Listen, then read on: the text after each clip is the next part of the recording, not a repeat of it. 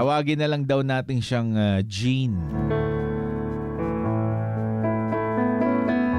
And her letter goes out to Greg. To Greg, gusto kong malaman mo na what I feel is real. Hindi ito laro. Hindi ito pampalipas oras. At lalong hindi ito basta para makaraos lang. Sa gitna ng lahat ng mali, may isang bagay na hindi ko kayang itanggi. I loved you genuinely. Alam nating pareho na mali ang sitwasyon na pinasok natin. No need to sugarcoat it. May mga taong nasasaktan. May mga relasyong alam natin na masisira. At may mga gabing ang konsensya ang pinakamalakas nating kalaban. Pero kahit ganon, hindi ko kayang sabihing mali ang nararamdaman ko para sa'yo. We just fell in love at the wrong time in a moment that was never meant to be ours. Hindi kita pinili dahil I can easily seduce you.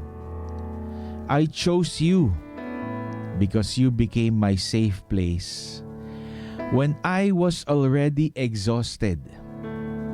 Ikaw ang nakarinig sa mga tahimik kong iyak. Ikaw ang umintindi sa mga kwentong hindi ko kayang ikwento sa iba. With you, I felt understood in a way I never expected. Masaya ako sa bawat sandaling ninanakaw natin mula sa mundo.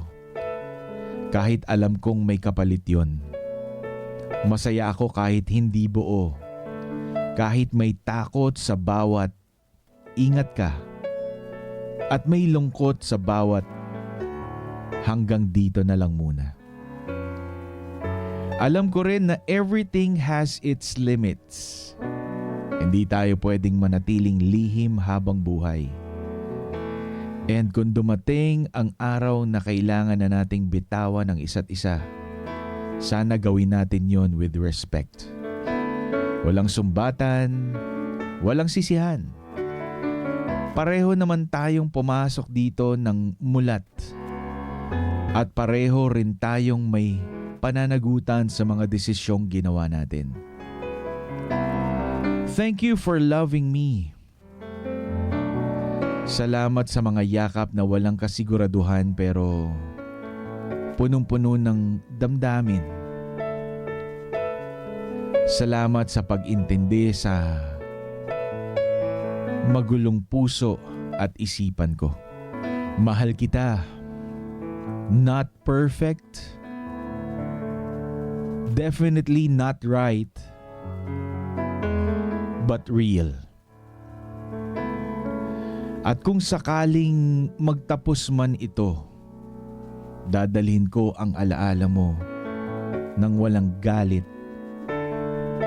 Dahil minsan sa buhay ko, naging totoo tayong dalawa. Kahit sa lihim lang. From Jean.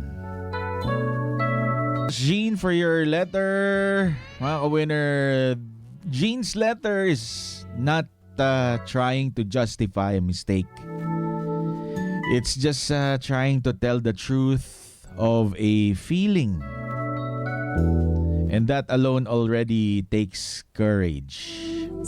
Etong love letter ni Jean, it reads like a quiet confession na rin. When honesty has no choice but to speak. Hindi palaban, hindi nagmamalinis. It acknowledges the wrong without denying the truth. And sometimes, that's the hardest balance to hold.